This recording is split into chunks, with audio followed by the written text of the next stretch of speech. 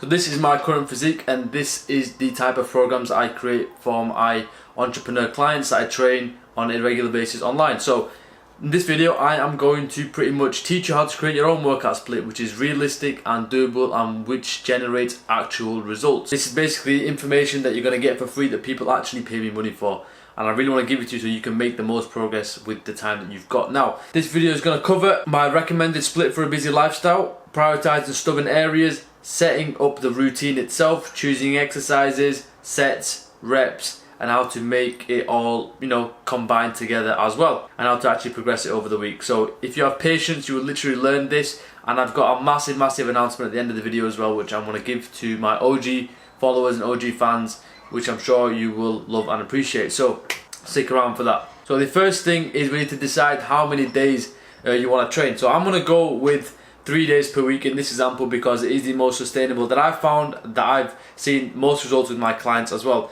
because it allows enough time for recovery and you can do your other stuff with your life as well. You don't need to be living in the gym, because that is not what I put forward, as you know. So the second thing I want you to do is decide what split you want to do. Now you can do like a bro split, so you choose chest, legs and back or whatever. You can do push-pull legs, you can do upper, lower, or you can do full body, or for example chest and back, shoulders and arms and legs. Now you want to choose a split that fits your goals and schedule. Don't think that just because I've said something that this is the be all end all, right? If you really like a bro split, choose a bro split. But for me, for being optimal and for growing the most ROI, I want to go with a 3-day full body routine. The next is I want you to focus on 2 lagging body parts. Now, if you're new to training, so you don't know which areas you're hanging behind, you can focus on the areas that essentially build that aesthetic and strong, powerful physique. So they could be shoulders, lats, upper chest, and legs. Now, in this example, we're going to go with the focus on the legs and the shoulders, which are 2 things I want to improve myself as well. You want to limit it to 2 and not pick too much, because that makes sure you progress without overwhelming yourself and trying to do too much at once. If you take a small amount and you do it step by step, you're much more likely to progress. The next thing I want you to do is set up the routine. So when you're talking about setting up the routine, you need to choose your exercises, right? And the session 1 you're going to use as a template, and you can easily just recreate it for the other sessions, right? And here's another thing to note as well. There is nothing wrong with doing the same session for the 3 days, okay? If you've got a really busy lifestyle, if you don't want to use any mental energy, you just want to do the same thing again and again, that is totally fine. Don't listen to what anyone else says. Do what you got to do. Now, with the exercises I mentioned, we're going to split it up into 2 categories. We've got the compound exercises and we've got the isolation, right? So the compounds are your multi-joint exercises, like your deadlifts, your squats, your pull-ups. Now the benefits of these are it builds larger muscle groups, you can get faster muscle gain from it because you can lift higher loads, improved strength, and of course functionality because multiple joints are working together, right? And isolation exercises, the benefits of that, it targets specific muscles, enhances the mind-muscle connection. It's safer because it tends to be machine focused, or it doesn't require as much risk because the body position you're going to put yourself in, and it allows for higher volume. So with isolation you tend to go higher reps because the weight isn't as high, okay? Next up is you want to select exercise for each muscle group. Now there is a plethora of exercises that you can choose for each thing, right? And the way that I've set this up is I've just gone for my favourite ones. You can go on bodybuilding.com, you can even Google compound exercises, isolation exercises, you can find this very easily, right?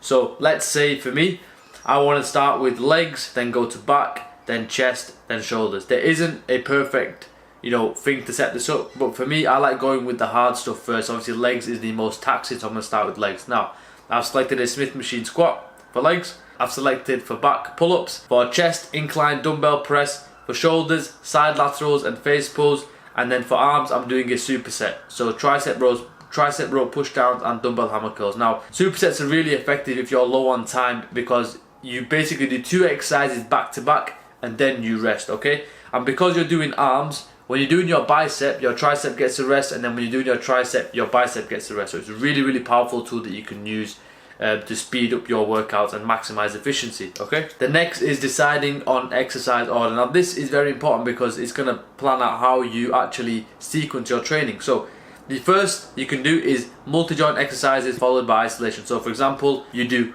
all of your compound exercises first, so Smith machine squats, pull-ups, incline dumbbell press, and then you do your isolation exercises like your side laterals, face pulls, row push downs, hammer curls. Another one is alternate between upper and lower body exercises. So you, for example, if we had more legs in here, you could do a leg exercise like Smith machine squats, then pull-ups, then leg extension, then go back to an upper body. You get the vibe. Another is alternate between push and pull movements. Or if you're doing an upper lower split, you do, for example, pull-ups, then you do bench press, then you would do single arm row, then you do a shoulder press. So you alternate between them both, and then you complete one body part before moving on to the next. So you completely tax out one area, then move on to the next one. So you basically combine compound and the isolation exercise for the same body part, and then you move on to the next one. Now for this one, it just so happens to be that we're going with multi-joint exercises followed by isolation, and we're also doing complete one body part before moving on to the next. That's what I prefer as well. Cool. Now rep range is very simple.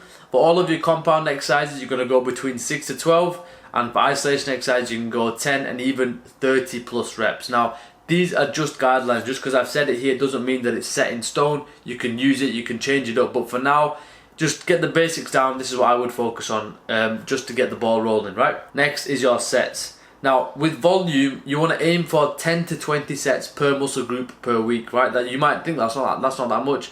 That's actually all you need from a lot of research and scientific data. I'm not a scientist, but I'm just gonna, if they've done it, I'll trust it in terms of what you need. Now, these are not warm-up sets. These are quality sets that you do, hard working sets. So what I would do is, in this case, divide that into 3 to 5 sets per muscle group per session, okay? Now you might think that's not too much, but it's all about quality over quantity.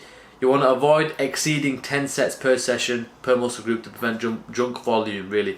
So basically, junk volume means anything after that point, you're doing sets, but it's not bringing any return on your training, right? So you want to make sure you're efficient, that you're in and out with what you're doing. So you're going to start with low volume and increase gradually over the week. So start with 3 sets, and then with those places that are not improving much, increase the sets over the week. Cool. Now, if we're putting all this together, this is what it would look like. So we've got our Smith machine squats, we've got our pull-ups, incline dumbbell press, side laterals, face pulls, and a superset for the tricep ropes and dumbbell hammer curls. Now, we mentioned earlier the focus points for me would be legs and shoulders. So as you can see here, with the legs, we've gone with an extra set.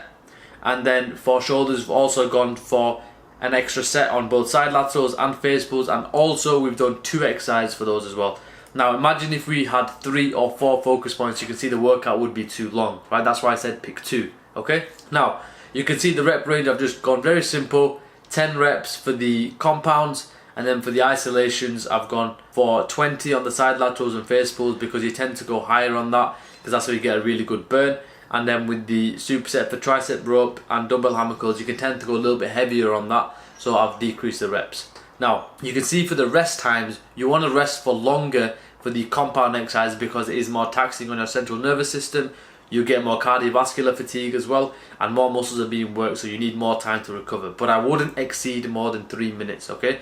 Now, the thing you can do is start maybe at 2.5 minutes, 3 minutes, and as your fitness improves over the weeks, you can start to decrease the rest time to make to basically progressively overload the sessions. Cool. Now, a couple other things I want to touch on this. The rep range is what we're aiming for with these 4 sets of 10 reps. You want to make sure when you're getting those reps, you're not just stopping at 10 for the sake of getting 10. Make sure you've picked a weight where you can just about get that 10, or you maybe got 1 or 2 reps in reserve, because that's where the real muscle growth is gonna happen. So an easy way of doing that is, maybe the first 2 weeks as well, you might not know exactly what weight you need to choose, so play around with it, find out, then once you've done that, you can go, right, the 3rd week, I know exactly what I'm aiming for. You might go for the Smith machine squats, 80 kg. You might get a set of 10, 8, 8, 8, right? So that means the next week you go in, you want to go for 10, 9, 8, 8, and then the week after that, 10, 10, 8, 8, etc, etc. So you keep building up till you get that 4 sets of 10. If you hit the 4 sets of 10, then you increase the weight the next week. Cool. With the isolation exercises, it's a little bit different because you can't obviously get to a point of side lateral raising 20, 22 kg, right? So what you want to do is do other things like decreasing the rest time is very, very good for isolation exercises. Adding rest pause training. So for example, you do the 20 reps, then you take 5 seconds break, and then you do another 5 reps, 5 seconds break, another 5 reps, really, really pushing that fatigue. Another thing you can do is obviously increase the rep range in general, or add more sets to your training for those isolation exercises that you can't really keep adding weight to. Now the next thing and final thing really is just what you're going to do for session 2 and 3. Now, a very simple thing you can do, which I did as well, is just the same order. So legs, back, chest, shoulders, arms, and then simply just swap the exercise for a different one. So instead of Smith machine squats, go for a leg press. Instead of pull-ups, go for a seated row. Instead of incline dumbbell press, go for incline Smith machine press. Instead of side laterals, go with reverse cable flies. And instead of face pulls, you can go with one arm dumbbell raise, for example. And then for superset, you can do, for example, cable rope curls and overhead tricep extensions. Now you can see, very simple. You just switch the exercise around and keep the same order. That way it doesn't take much effort in your brain to set up, right? It's very simple to do. Cool.